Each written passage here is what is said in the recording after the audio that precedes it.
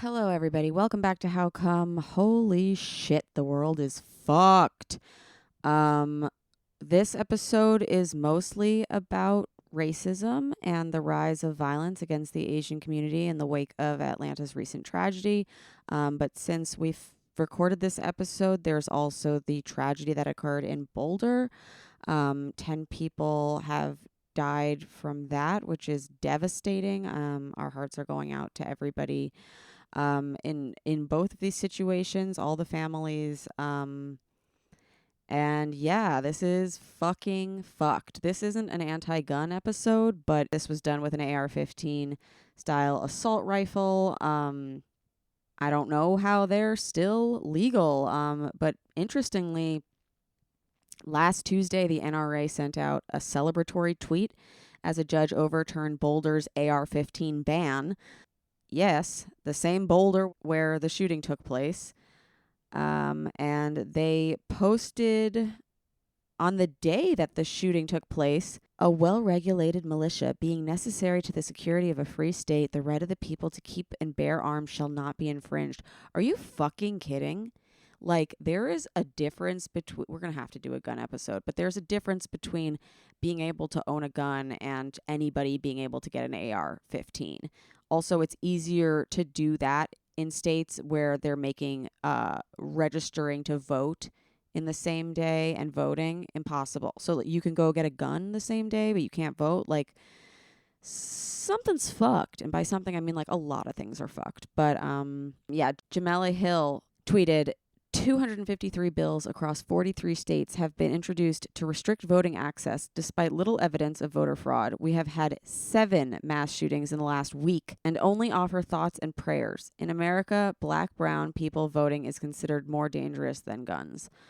Yeah, it's not off base. And yeah, this whole episode today is on the increase of violence against AAPI folks, but also racism in general, white supremacy in general. And I am really excited to have our guest this week, Dominique Nisperos. She is a comedian. She is a doctoral candidate in sociology, and she posted a video right after the murders in Georgia. I believe Dylan Adler had shared it on his story, or another comedian that we both know mutually. But I was really moved by her video, and I think you guys are just going to love what she has to say. She is fucking brilliant, and it does the soul good to hear her. And she gives us so many amazing book recommendations that I think you guys are going to really like. Thanks to BetterHelp for supporting How Come. For 10% off your first month, go to betterhelp.com/howcome. betterhelp.com/howcome. Yeah. A lot of people will say, oh, it's a mental health thing with guns. Yeah, we need to take care of mental health too, but also nobody needs an AR-15.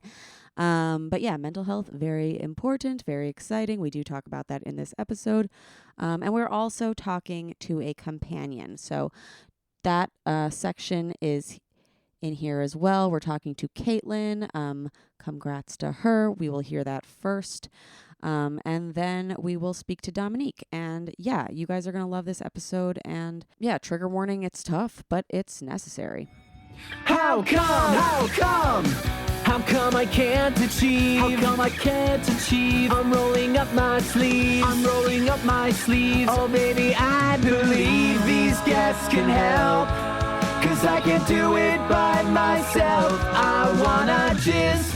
Hello, Caitlin. Welcome. We are so excited to have you. Woo! Hi. Woo! Tell us where you're calling from, how old you are, and when did your congratulations happen? I am 24. I'm from North Carolina. And let's see, my congratulations happened probably about 2 years ago. But I recently celebrated it by submitting it to you guys. Congrats. Thank you. Every year, I think you should be able to celebrate like your come-anniversary.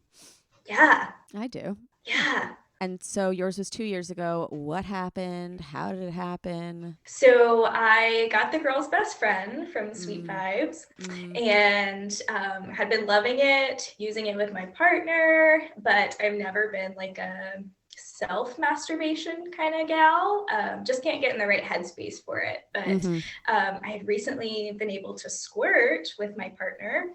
So I was like, well, shoot, we are going to do the whole thing. We are going to squirt and come by myself. And I did. I was not a big porn watcher, which I still am not, but got on watching some ladies having fun. And amazing. Wait, yeah. So when he made you squirt, there was no orgasm, right? No, not to start. Just the liquid sensation. Okay. Yeah. And was that manual hand stimulation or toy? Yes. Okay. Yes, manual. Cool. What was it like after? Because like, did you have to explain to him like, yeah, I squirted, but I didn't come? Yeah. So I think it took me until this congratulations to realize that I wasn't coming. I was like, oh. Yeah. Maybe just the liquid situation is like it, and it just doesn't feel as good. Yeah. Maybe this is what it is for me. Yeah. But it's not. I can have both. That's so cool. Well, I love that you were like still trying, because like you were like, yeah, even though I'm coming, like I could still come harder. And then you were like, oh, no, I wasn't coming. Yes. Well, because like I've had other orgasms and I was like, I know what this feels like. This should be better. So I never masturbated until like recently, within a few years. Always able to come with a partner if I wanted to. Just never by myself. Weird. Wow. Not weird. It's just so different from like my track. Should I tell my first time coming? Sure. I feel like that's the most unique for me. Yes. So my first time coming, I was like 14, 15, making out with my boyfriend on like his parents' couch. And I was like, ooh, I should sit on his lap. So literally the action of me just going to sit on his lap. We didn't hump, like nothing. Like it was just like, oh, I'm sitting and I came. What? And when I'm by myself, it's just a lot harder to like get in the zone. I was super sheltered growing up too, like raised like very conservative. So I think that has to contribute to like my mental, like I can't masturbate. But anyway. Porn was like completely off the table. If I ever got caught, like I'd be dead situation. But I had a Twitter and you could like search, I don't even know what I searched, just like sexy or something along those lines, right when like boomerang style GIFs were like a thing. Yeah. And I don't know if they're still out there. I'm not on Twitter anymore, but right when you could scroll through and just see like little blips of like sexy things, like woman on man, girl on girl, little tiny baby porns. Yeah. Little ones. Little quibby porns. Little quibby porns. So yeah, that's where I would get like curious as a teenager. But I love it. Yeah. That's great.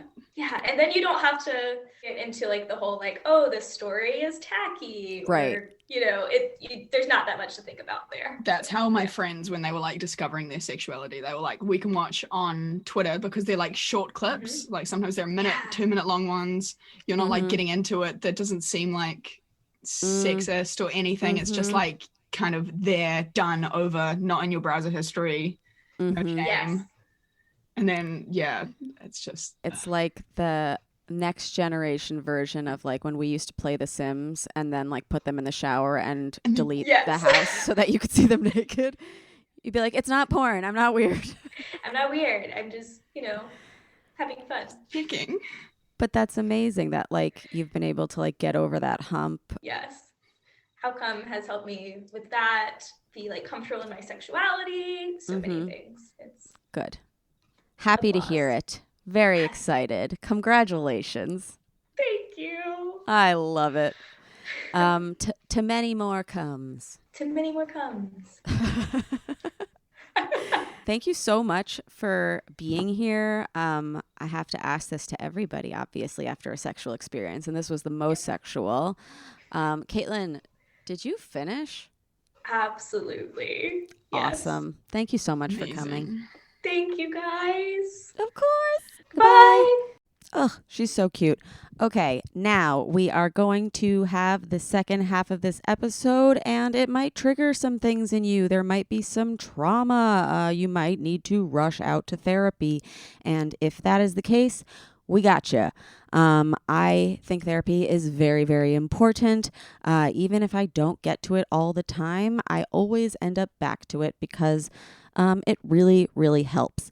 There are certain things that prevent us from being happy or achieving our goals. Mine is clinical depression and anxiety.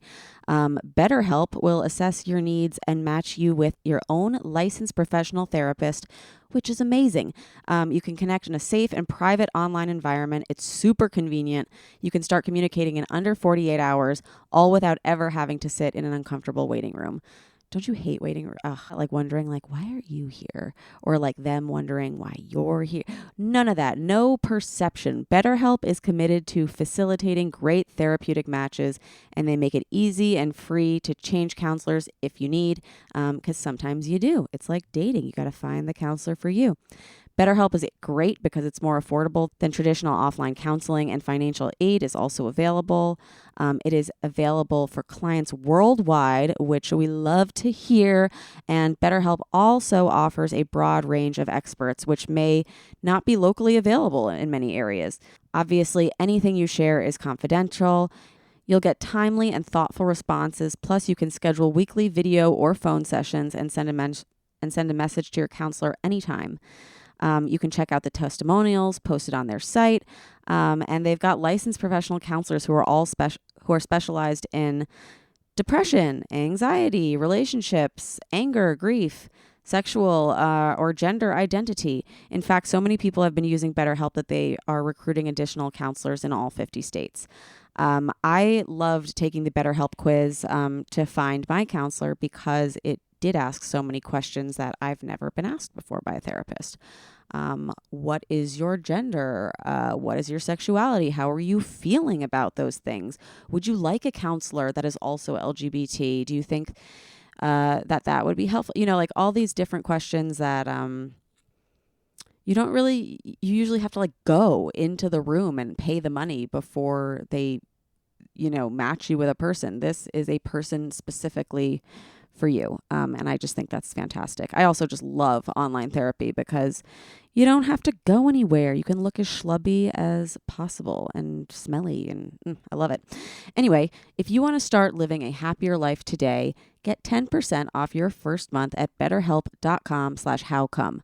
That is betterhelp.com/howcome. Join over 1 million people who have taken charge of their mental health. That's BetterHelp, HELP.com/howcome for 10% off your first month. Thanks, BetterHelp. Okay, now let's bring out Dominique Nisperos. She is a comedian. She is a doctoral candidate in sociology, and she is fucking awesome. You guys are going to love her. Welcome, Dominique Nisperos. If you want to throw some stank on it, it would be like Nisperos, but it's Spanish by way of the Philippines. So I'm like, it's a colonizer name. I don't really need to like roll any R's. It's Defend fine. it. Yeah. Yeah.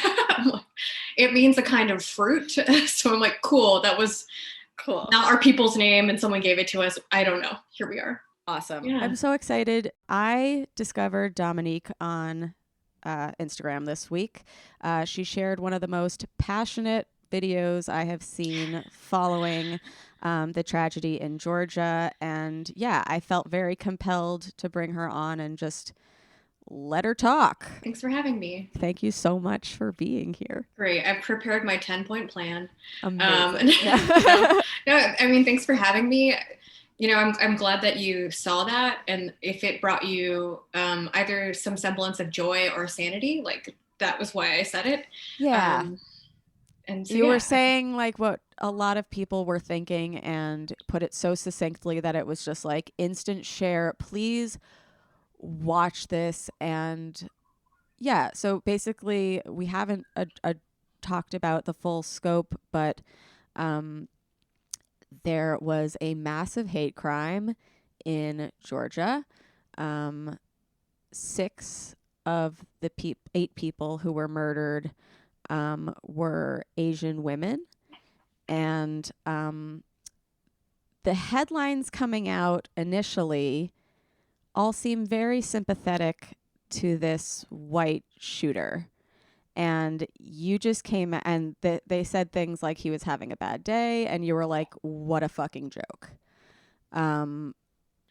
But yeah, basically your video that I saw, and I know there are other videos that you posted since, was about the rhetoric surrounding this guy, murderer, and the people who said it, and keeping in mind who said it and what they are steeped in that makes them say those things. Yeah, I think you're specifically saying that maybe you're referring to the fact that I said the police are sponsored content of white supremacy. Yeah. Right, like that. Yeah. Yeah, that there should be a disclaimer at the end of every police announcement that says like sponsored by white supremacy. And you know, I say these things as someone who, as an Asian American who was, okay, first off, like I'm a comedian. I'm also a sociologist. I'm also an educator. So I'm used to having to break things down in like very easily understandable terms. Like I've spent like over maybe like $100,000 in student loan debt. I'm not sure. I haven't looked at like they pressed pause and I haven't looked. Oh God. So I'm a doctoral candidate in sociology. I'm also a comedian. She knows how to speak well. Girl got the gift of gab. Yeah. God bless. She knows how to explain things to small-minded people. Or I'd like to think of them as learners, but maybe. Or learners, yeah. But mainly I said all of that for Asian American women to hear. Because I know that, like, I know what a dominant narrative is. I know how they're going to explain away this hate and this racism and, like, make it out to be something that it's not. That's not new. So that's what my motivating factor is. Like, we hear a lot of discourse about bubbles on the internet and how they're bad. And I want to call bullshit on that, right? Because not all bubbles are equal. Yeah. You know, if we think about what bubbles might look like, okay, so if you're a hetero-cis white property owning man, you've had a bubble for a very long time. It was called citizenship. It was called the legislature. Your bubble was also called the Ivy Leagues. Your bubble was called the boardroom. Your bubble was called the locker room, right? Like you've had plenty of fucking times that you've had bubbles. Yeah. They protect privilege, right? But the bubbles I'm trying to build protect people's humanity. And so there's a difference, right? Like, for people to be experiencing the trauma that was witnessing what happened in Atlanta and hearing how people talk about it, that's very dehumanizing. That's very much dismissive of a pattern of pain that people feel. So, look, I'm an academic and I know that people aren't going to go read books right away, right? Moreover, that it's like, that happens like 3 years down the line that we get the book about the thing, that we get the article. Yeah. And sometimes just sharing commentary on social media is about like staunching the bleeding, about helping mitigate the pain that people are really feeling. Yeah. So that's why I share it. Yeah. But then also I'm me and I'm like, fuck these guys. Yeah. Fuck all this shit and burn it down. But I love that you said that about sharing, like, to help people who are in pain, because a lot of people wouldn't share stuff. Like, I've seen people who haven't shared things either because they would think it would make it worse, or the opposite, where they just don't care and they don't think it's their place or whatever it is. And like, I don't know, if a tragedy happens, I notice who speaks up and who cares, you know? And if people are saying like, we're grieving with you. Right. And, you know, to speak to that point too, I think in the way one of speaking up is very necessary, because I was seeing like St. Patrick's Day posts and just being horrible. Like, really? Yeah. Like, how? I'm like, maybe you don't have a phone. No, but you're posting. So how are you have a phone that has apps on it, so you can see the news if you want. Everybody who posted about St. Patrick's Day, I kind of looked in their profile to see if there had been any acknowledgement. Yeah. And it feels crazy. Yeah. In one regard, because I'm like, but I'm also just like, I feel like I'm looking at that to be like, am I crazy? Yeah. Is this something that really truly doesn't matter? And like, in my training as a sociologist, I always have to pay homage to the Black sociologists who have given me the tools to understand my reality. So like, W.E.B. Du Bois talks about double consciousness, which is like seeing yourself through the eyes of the people dominating you, and then understanding your own humanity, and like, and the idea of the veil of like that you are underneath this visage of that people can't see to the real you. So it's like having to understand, I'm like, are white folks affected by this? Are other people of color affected by this? Like, how is this playing out? But then also, I don't know, like hoping that it's like, okay, maybe if that's the post today, it does make me mad, but maybe they'll post something down the line. I don't know. Like, it's kind of hard with social media. It is tough with social media, but like, how are you posting jokes at a time like this? Like, it seemed that there were people whose initial reaction was to make fun of the fact, like, oh, that sounds like a really unhappy ending or whatever, and like reducing a murder to like a punchline about like sex work, about women, like, and just really not grasping that people are upset, like that there's been life lost. Yeah, like the too soon aspect. Well, not even just like too soon, like, I don't know, that they don't picture them as people.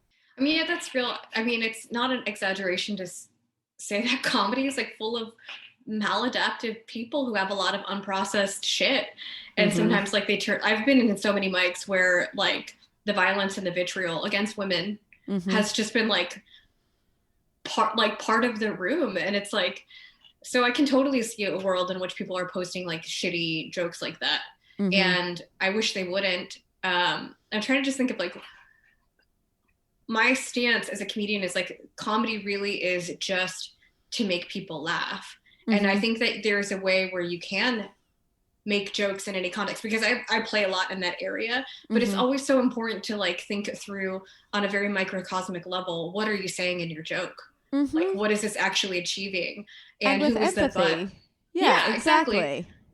Empathy, and also to understand social contexts. And I've heard so many bullshit comedians kind of fall into that like PC blah blah blah rhetoric. I have fought on the internet with people who are like, make comedy great again, and I'm like, do you fucking realize that what the you're jokes you're aligning with? Fighting are so hack? Not like, just so hack, but they're hurtful. I'm like, what do you want to be able to make fun of women and Chinese people again? Like, what's your deal? Because like that ideology that you can't make a joke about certain people, and so that's bad. I'm like, I don't know, maybe you need to evolve as a human. Like, there's a lot of books out there, homie. You can read. In fact, a lot of it's on the internet. Like, you don't even have to buy the book. You could like Google some shit. That's what gets me. It's like, and it's also like, it's so amplified with white cis straight men because the whole world has been made for them. So this is like their biggest like slap on the wrist is like, you can't say certain stuff. Like, they've never really not been allowed to do stuff, like this guy was so humanized by the police officers. It wasn't his lawyer who came out with this statement. It was a police officer who said, yeah, he was having a bad day. What? Of course, like, and water is wet, right? This is the thing about the police. Like, they've come from a system of oppression. Right? I'm going to be very academic and be like, read Sally Haddon's Slave Patrols, which looks at the origins of policing that is very much tied up in slavery, right? It's like the idea of like inspecting a enslaved person for their past to see, did they legitimately have a reason? Like, that's the same shit that we see today when people are like, why are you here? Trayvon Martin, why are you here, Ahmaud Arbery? You're a threat, right? So that's a whole system of policing and violence that translates into who is doing policing. Like, and it started to like protect and like go capture slaves back for people as well. Like that, I'm pretty sure was a job of the police. Yeah, they were called posses, and they would basically, if you were a Black person in the South, in the antebellum self, like they would, ask to see your pass and make sure you had like a legitimate reason to be anywhere. And we're also charged with sometimes finding and taking back runaway humans. Yeah. So it's like the whole system of it's not that far-fetched. And people like that they would be connected, like people are like, wait, like I even saw a TikTok the other day that it was like, yeah, they don't have to protect and serve. That's actually like a law that like they don't have to protect you if they don't want to. And the perp isn't already in the system. Protect and serve what though? Right. Cause like I had white supremacy. Thank you. Like I had the experience of my husband and I were kicked and punched by a man who told me to go back to China. What? Like this happened on the streets of Brooklyn and downtown Brooklyn. And I'm so sorry. Thank you. It's shitty and no one should have to experience someone being violent against you. Mm-hmm. And here's the way that the criminal injustice system is also totally flawed when it comes to Asian American violence. This guy told me to go back to China. Like he was invading my space. I was like, can you just back up? Called me like a slew of curse words. And then when I asked him, I was just like, I wasn't even really engaging him. I was like, whatever you're saying to me is going to come back on your mom. You're saying it to your sister. It will come back to you. Girl, I like color purpled him. Yeah. I was like, chill, you do right by me. But I was like, honestly, I was like, everything you say to me is going to come back on you tenfold. Like everything you're doing to me. Yeah. And the other fucked up thing is the way this man went about it was like, he was so cool. He wasn't even raising his voice. And then when my husband came up, he stopped. And I was like, you ain't got shit to say now, dude, whatever. And then, so he assaulted us. When we reported to the police, they didn't report that it was two people. They only reported that it was my husband. And the guy taking a report, exactly, this Asian cop was like, you should be lucky that it wasn't worse. What the fuck? Is like, right? It's like, why not write two people down? What the fuck is the problem? Why not write two people down? It's because you don't want your numbers to look bad. And so in a lot of cases, like this is why I'm like, fuck the police, that they will undercount crime where they don't want to see it. And they will look for crime where they want to find it, which is mainly in Black and brown communities. Right. So like, this is the whole flaw with policing. And this is why, like, I saw Andrew Yang on Sunday give a talk in Columbus Park in New York's Chinatown, being like, yes, and we're going to help the Asian community by funding the police. And everybody was like, defund the police. Yeah. Fuck that. And it's like, there's such a disconnect between thinking about the solution and the problem. One, the police didn't help us. Two, they told us like that they weren't that there wasn't anything they could do and that it wasn't technically a hate crime. And I'm like, I don't know what else to tell you. Exactly. Like with this kid, they're like, it wasn't racially motivated. How do you know? He said so. Right. And here's also the other thing too, is like, they're like, well, how much of it was just that you talk back? And I'm like, I cannot separate the fact that I'm Asian and I'm a woman. Yeah. I don't walk in the door Asian, an Asian man, and then out like a white woman. It's like, I am both of these things. That's how I experience the world. And this guy probably thought he could fucking shit talk me because he was 6'2" and I'm 5'2". I feel like I'm just like talking about racism. Yeah, we kind of are. I mean, I specifically with this one, it was intersectional as well. Like people can't decide whether it was a hate crime, whether it was an anti-woman thing, whether he was just too horny, whether it was sex workers. You were like, what did you say? You were like, that's why they make fleshlights. Like I don't murder people when I'm horny. Right. And I happen to be part of like a recovery community. And in this week, there were some beautiful spaces of all BIPOC recovery communities. And that's like Alcoholics Anonymous, Al-Anon. There's a lot of these groups. And some of the folks in this space were also recovering from sex addiction and explaining how damaging that narrative is. Yeah. So this is you're talking about a whole group of people who are working around addiction to like feel safer themselves and to be in like better relationship. And so it's like to use that language is to really disrespect a bunch of people doing a lot of work on themselves. A lot of people have been using that excuse. Crystalia used sex addiction for being a pedophile. We know how you feel about him. He's a pedophile. We all feel. Yeah, exactly. He's a pedophile. And everybody keeps using sex addiction. And I don't know enough about sex addiction like to say what's what, but I'm pretty sure, like, as you said, there are people who are really going through stuff, and then there are people who are just using it as a cop-out. Right. And I don't know enough about sex addiction for sure, but I do know about addiction and how it shows up, and like understanding, and this is how I just think of the world, understanding the reason why does not always mean that it's a justification. Right. Like, it's like, we can understand what was happening in your mind, but that never justifies what you did, because ultimately you have fucking agency. Every human has agency. And at the end of the day, you're responsible for making good choices. Like Maya Angelou talks about how if you see what a person is capable of, if you see the worst that humanity is capable of, you should never think that you yourself were above that, because it's in the human realm of possibility. So that could be you too, but it is your choice. It is your power to not do that.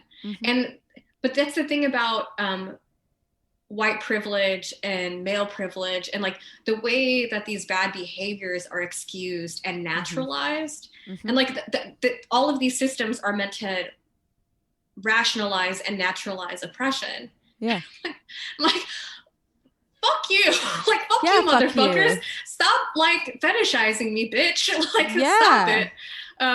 That's not intelligent, or I mean it's correct, but I'm not saying anything nicely. But no, why? But also like we forget that we learn things through the lens of the victor, of the current oppressor. You know, like there are little things we always were suspicious of as children. Like, why are we celebrating Thanksgiving? Like, I feel like this is like not good, you know, like, but then society will justify it for you over and over and over again, and kind of gaslights you into thinking like you're the crazy one for thinking colonialism is not like the tits, you know, and that like it sure as hell isn't the tits, man. You know, like even these people who are like defending the British monarchy right now, it's like, what has tradition ever done for you? Like, you just like the outfits, or like you like the pomp and circumstance, like, or do you like the fact that like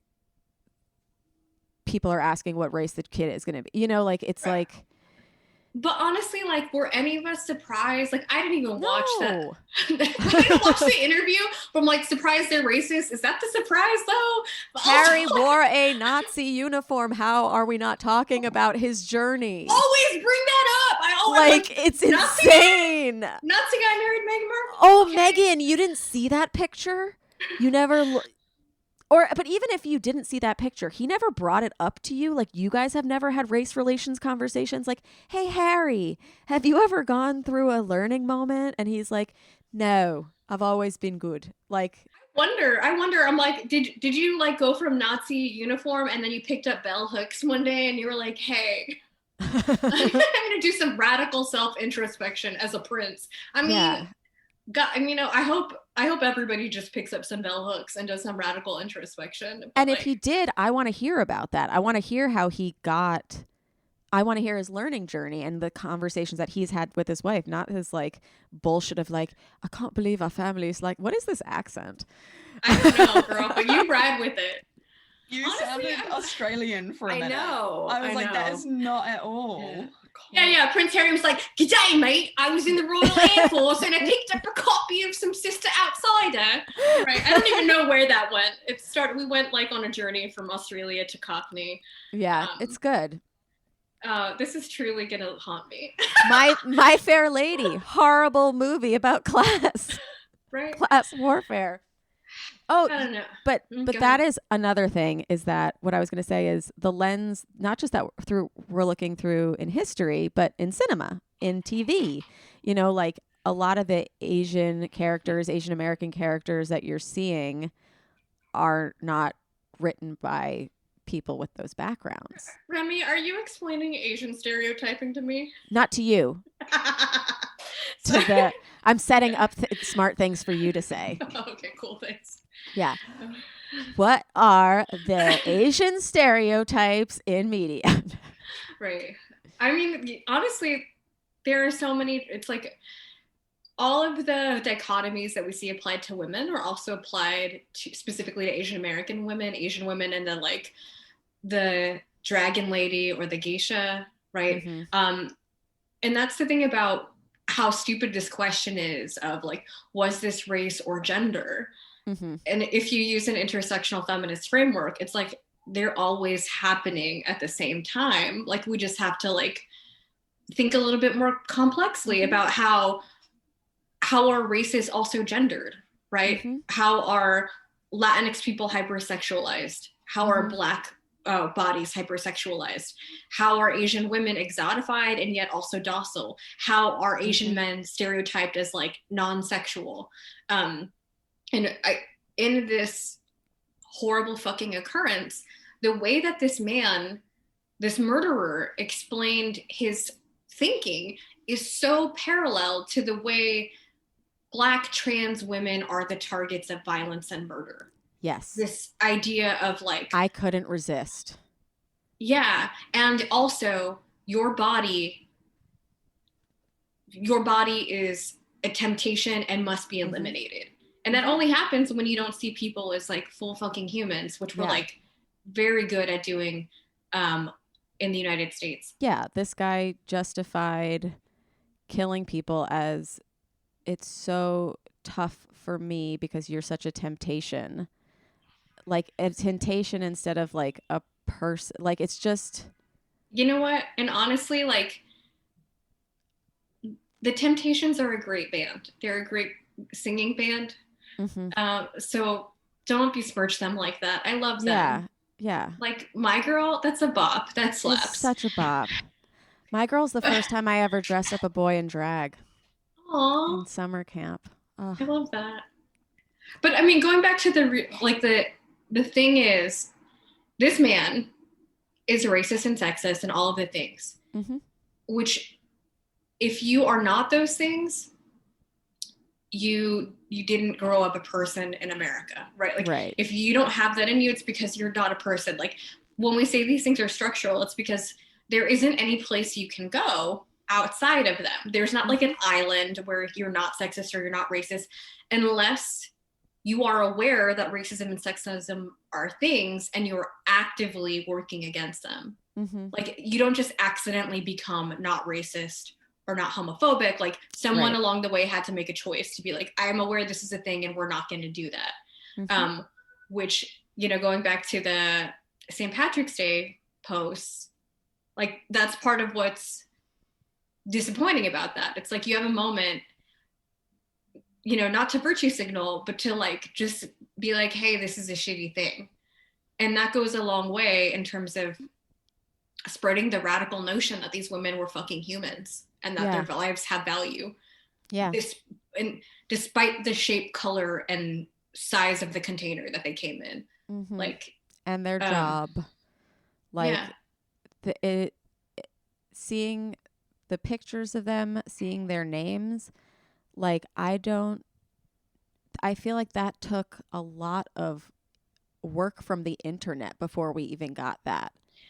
You know, like all the headlines were very on his side, he's having a bad day, it's sex addiction, like saying these things that like, we're just saying like, you know how things work here, you know?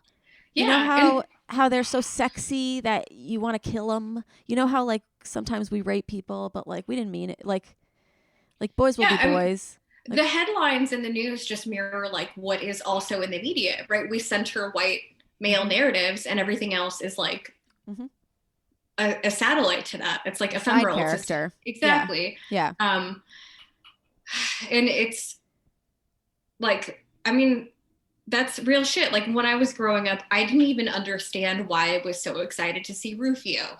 Like I couldn't even put into language. I was like, this guy's hella fucking cool right now. I'm hella happy. I don't know why. And it was like only later that I was like, oh yeah, it was because he was a fucking Filipino. And I was like, y'all, you look like you could be my cousin. Yeah. Bosco. Right. Like, but like that's the one time I can't even name another Filipino character who has had even as much screen time as Rufio. That was in Miss Saigon. That's not a movie though, right? That's the Broadway play. Yeah. But like she's an icon. She voiced Jasmine, she voiced Mulan, but even when we have representation of Asian Americans, they're East Asia. They're not like Southeast. They're not. Look, I cried when I saw Moana. I'm not gonna lie. I was like, truly, I was like, look at her nose. I was a full on like 30-something-year-old. Yeah, but it's like that's not embarrassing. It's not. I took my nephews. I used them as an excuse to go see Moana and just like cry. And I was like, we're gonna watch this again, okay? And in terms of the beauty and the sex and the desire component, right? Like sociologically speaking, what we find beautiful is almost an average of every face we've ever seen, right?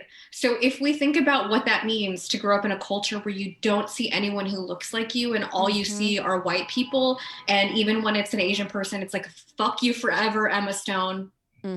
I will stay on that hill, fuck Emma Stone forever till the Swinton is dead to me. Like, when you think of the whitewashing that happens, or even when we see like this new HBO show that stars Asian American people and they are mixed race, white and Asian, it always to me feels like a really big missed opportunity. Yeah. To just be like, I'm sorry, bitches, like you can't tell me that there are not really good, hot, amazing Asian actors. Like, look at everybody in any K-drama. There are so many hot people of other races, and I've said this so many times. I feel that we were sold this narrative. We don't use that term anymore. We do. Oh, that makes sense. It's a derogative term for the Roma people. Yeah. Yeah. Sorry, guys. I feel slighted. Okay. That we were sold this narrative that like just like white boys are the hot ones and like white girls are the hot ones, and it's like, wait, there's so many hot people around. Yeah. And if we saw so many other, what's happening right now? Oh, look at this. Is that your Uber Eats? That's my boyfriend's dad. What? Yeah. That's really sweet. That's really sweet. Cheers. Cheers. Thanks, Ray. Ray's a good dude. You know what Ray was doing before the pandemic is he was volunteering. He's like been in like teaching and stuff his whole life. He was teaching ESL to like so many people, like English as a second language, to people from like so many backgrounds. And apparently you don't have to speak any of the other languages to teach it. That's really relevant. Language access is such a real thing.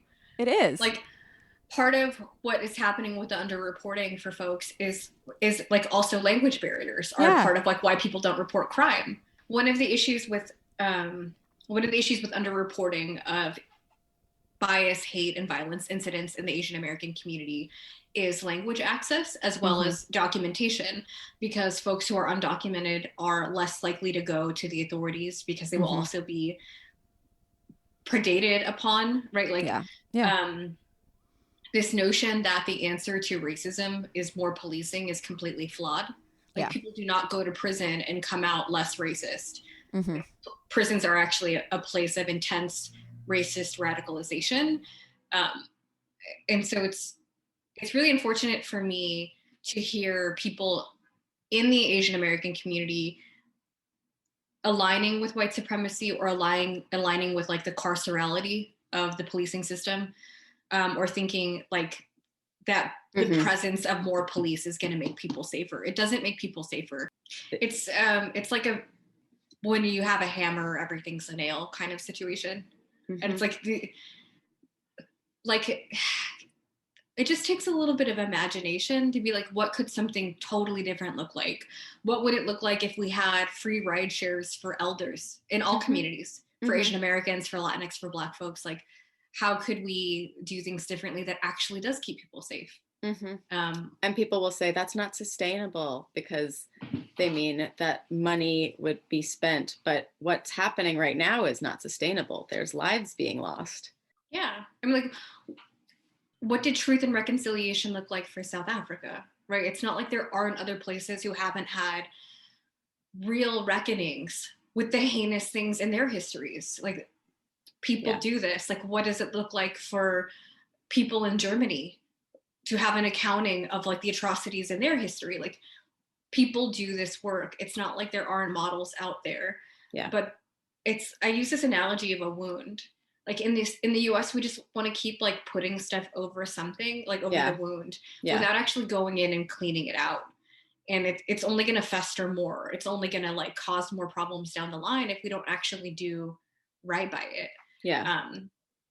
And if me making jokes is one way that people just kind of get one source of information, like a tiny little grain that makes them go out and Google some shit or like look up a book. I feel like I'm like the gateway drug to reading. Look, I had a mentor who said, if you want to hide anything from an American, put it in a book. And he was right. Yes. Yeah. I was going to say our reading list is very long after this episode, but it's good. What's on your reading list? I'm curious to know. From you. Oh, God, that's not even half. I know. Okay, so we've got The Retreat from Race. This was like how Asian Americans were used as a wedge in admissions. Like, that's a good one. The Opening of the American Mind, which was about how people started getting really down into the classics in education, being like, we shouldn't be teaching multicultural things. We need to get back to the classics. Oh my God. We need white men. The Ethnic Myth, which is like all about how like the idea of Italian and Irish incorporation into whiteness was like, if they can do it, immigrant bootstraps, bullshit. Inequality by design, which is like the idea of the bell curve being completely made up and like why we should get rid of SATs. These are just some. And then amazing. You're welcome. This is such a good list. Thank you. And somewhere else, there's like the model minority myth, which is exactly why Asians can never assimilate into whiteness. And like, this is the thing that I've experienced that this incident should tell us. It's like, it doesn't matter how good of an immigrant we are. I really hate that narrative. It doesn't matter what we do because of our faces, because of our bodies. Like, we are going to be seen in a particular way, and we also shouldn't be held up as the minority. I fucking hate the word minority, the underrepresented majority, to model for everybody else to aspire to be like, because we're simply not.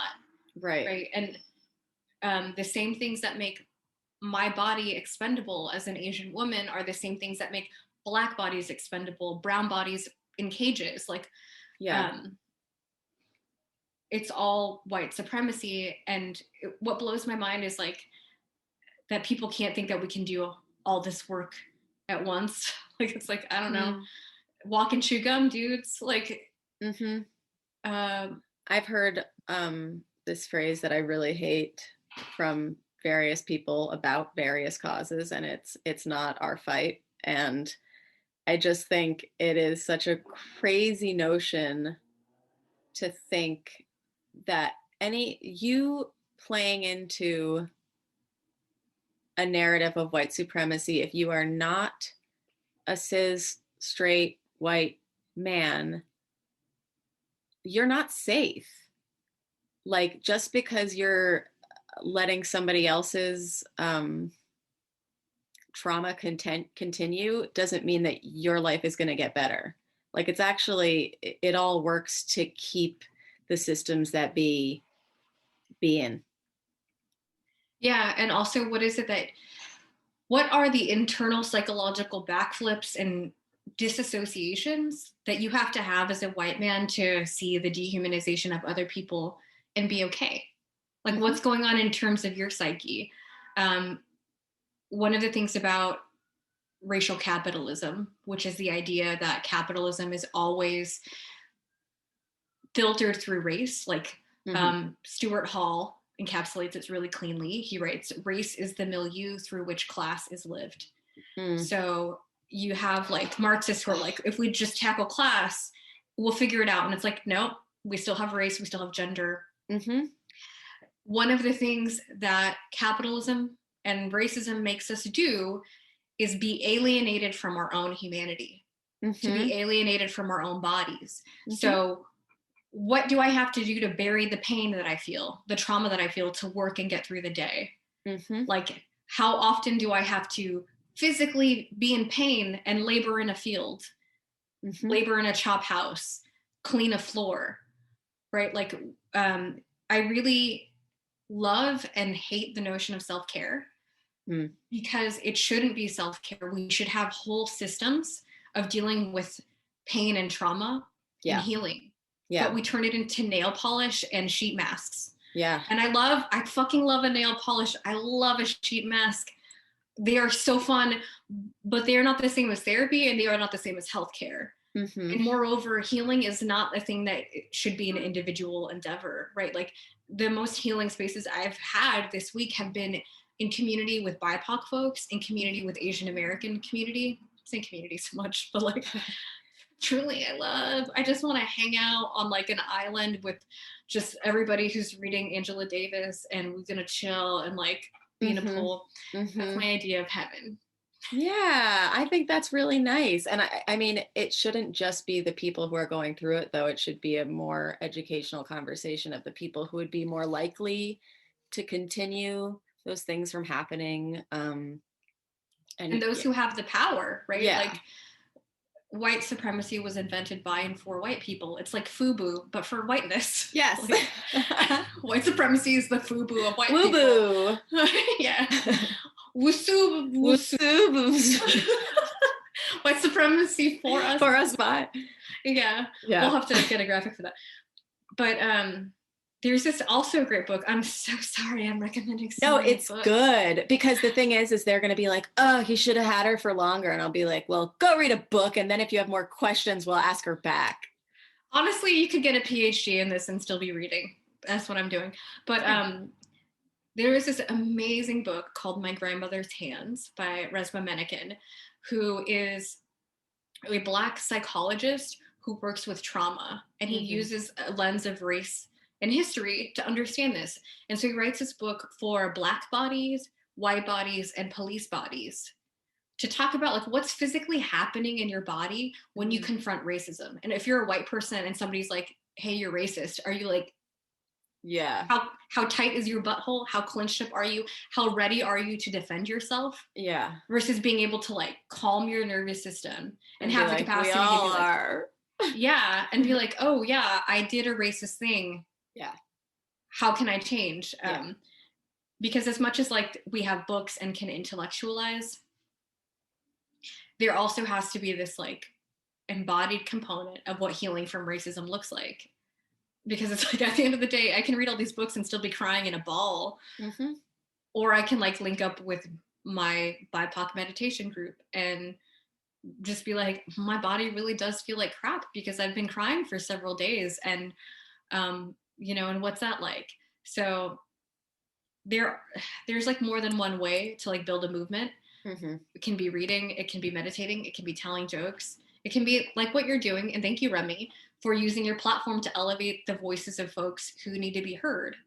Mine. Sorry. Yeah. Follow her.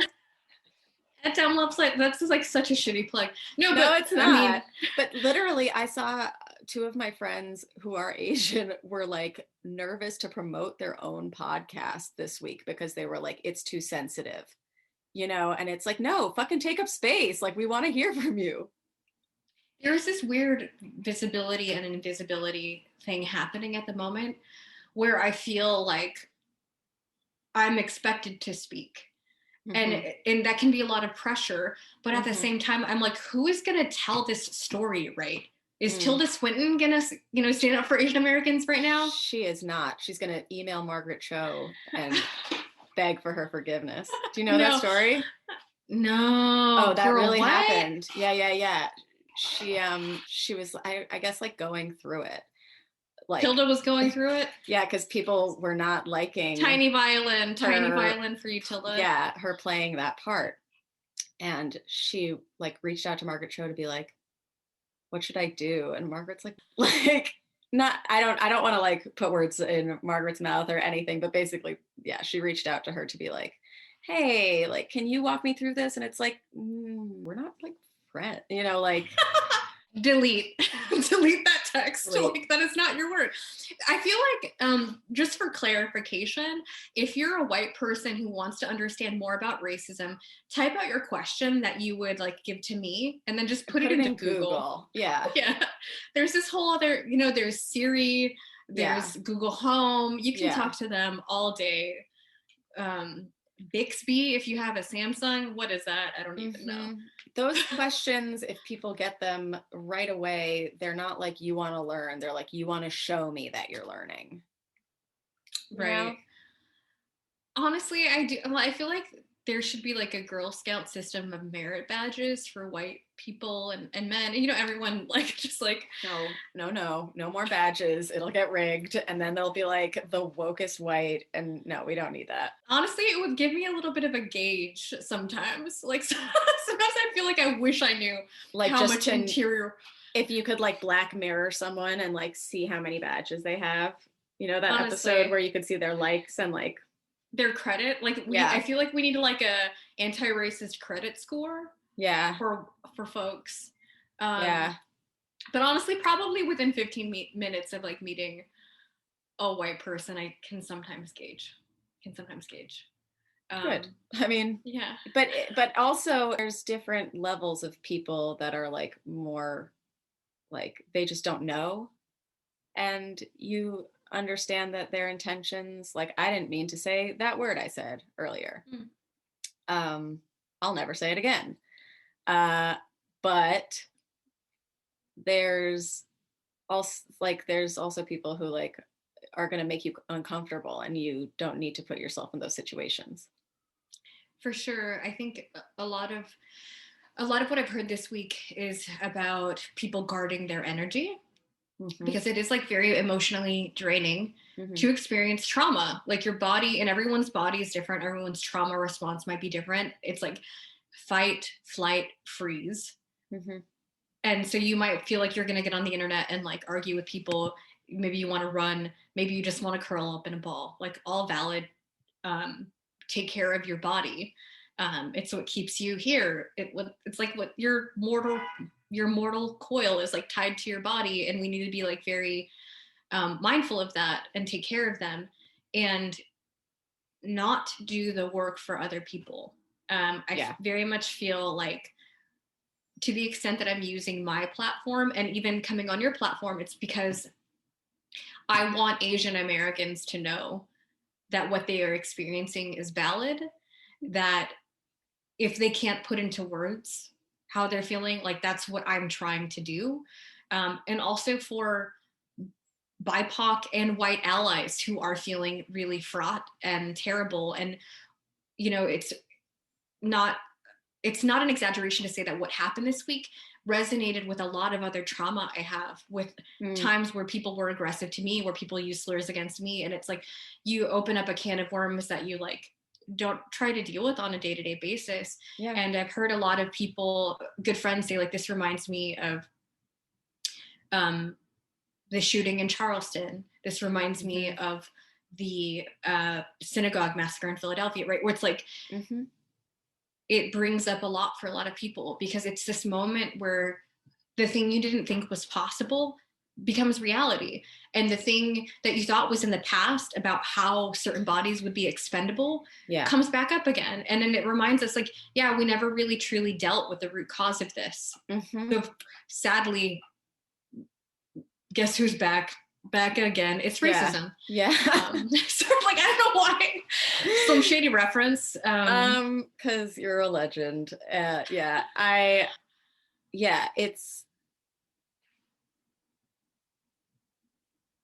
It's terrible, but it's awesome that like when that people have people like you, like who are willing to like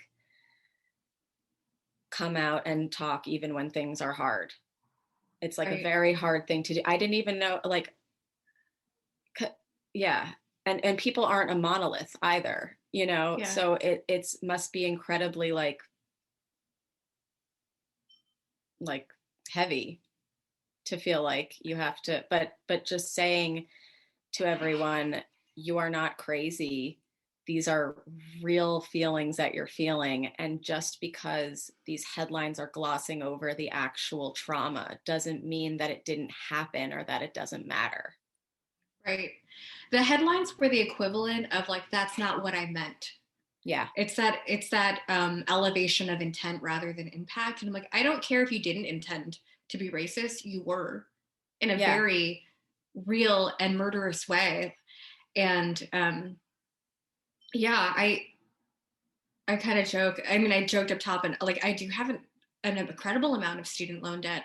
And part of what I realized is that like the academy is also a racist institution, and tenure is kind of like a sham thing. So it's like, if I'm going to confront racism wherever I go, I might as well not have anyone keeping the gate for me and be able to tell people directly what I think. Totally. Because I can't get up as like on a dais as a professor and be like, fuck you motherfuckers to pieces. Yeah. Burn it all down. Right. But I can post something. Yeah. It's like, well, and I keep going back to these like foremothers within sociology and within anti-racist movement building. And there is a reason that I keep naming them, and also because they are Black scholars. And so much of the work of racial justice in the US owes a huge debt to Black community and Black activism, who have been fighting anti-Black racism and like fighting anti-Black racism and improving racial equality for all of us. However, it's a lesson to show us that we have to do that, and we also have to confront what specific anti-Asian racism looks like. Yeah. And to get to your point about like speaking up, Audre Lorde, who is a poet and a theorist, has this amazing poem called A Litany for Survival, and it talks about the fear of speaking. And the ending of the poem is, and so it is better to speak.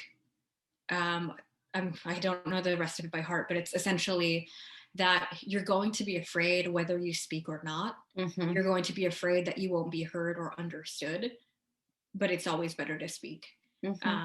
And, you know, I feel like her work is a breadcrumb of other women of color to say like, the world is messed up and you're not crazy. And that's like a little bit of a lifeline. So if I can just, you know, a tweet feels so ephemeral, a post feels so ephemeral relative to like the works of these great writers, but I'm like, every little bit counts. And yeah, you might send people down the rabbit hole, you know? I hope so. Yeah. I hope your our listeners are very nice learners. They've learned how to come, and now they've learned how to be socially conscious. Truly, I love that. It's wonderful. We're going to do recycling next. At some point this season. She's a multifaceted queen. But yeah, I used to even, like, growing up, you see the racism that our society is steeped in, and I would have thoughts like, why would people try so hard? Like, why would a Black man try so hard to get good schooling and end up in finance, you know, because you think finance is like so great, if he's not going to be welcome in that environment, instead of thinking, how do we make that environment welcome? Right. I've never once thought about finance as a career path, but I do want to validate what you're saying, where it's like, I grew up in New York City. It's like, oh, did you? His dad's in finance. Yeah. Oh, I grew up in California, so I guess we like coast swapped. Yeah. So I don't know. It's so interesting to me to try and think back to what I thought about race and racism as a child. And I don't know if I had that thought, but I'm also situated as an Asian American woman who is also Latinx. My father is Filipino and my mom is Mexican. And I was raised primarily by my mom as a single mom. And I think what opened my eyes to the fallacy of American racist ideology was this notion that I was somehow like a really smart Asian kid because my family was like really hardworking. And I was like, I don't know, my mom is Mexican and she truly like, she don't give a shit. She's not pressuring me in school. But it was like, oh, you must be so smart because of your Asian. And I was like, no, we're like pretty Mexican and like we eat beans all day. Like, even quote unquote positive stereotypes are still stereotypes. Like, you're still putting that person in a box. 100%. And it also means that we underserve Asian communities in need. Like, case in point, didn't really get diagnosed or like acknowledged as like being dyslexic or dyscalculic, just because I was like, oh, I guess I just need to like work really hard around these things. But there are so many types of need among Asian American community that are not acknowledged, because it's just like, oh, they've got it handled. They're the model minority. They don't need extra help. In New York City, I think it's 25% of Asian Americans are living below the poverty line. And I think it was in the early 2000s, the fastest growing rate of suicide was among Asian American women. Wow. Asian Americans are a third as likely to seek out mental health help than their white counterparts.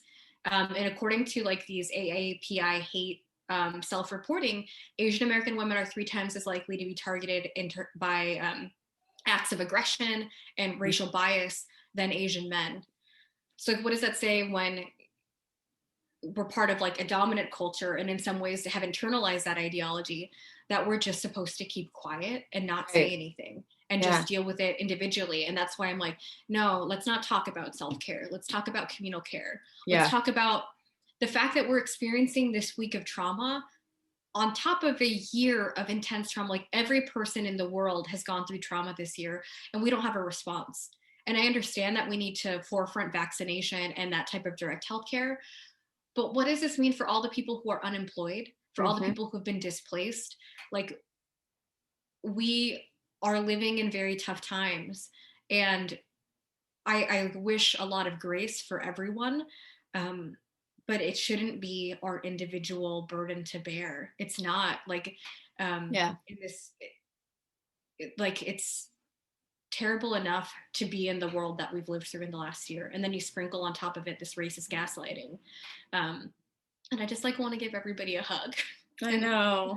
Like, oh, except the people that didn't acknowledge, and like it's just crazy.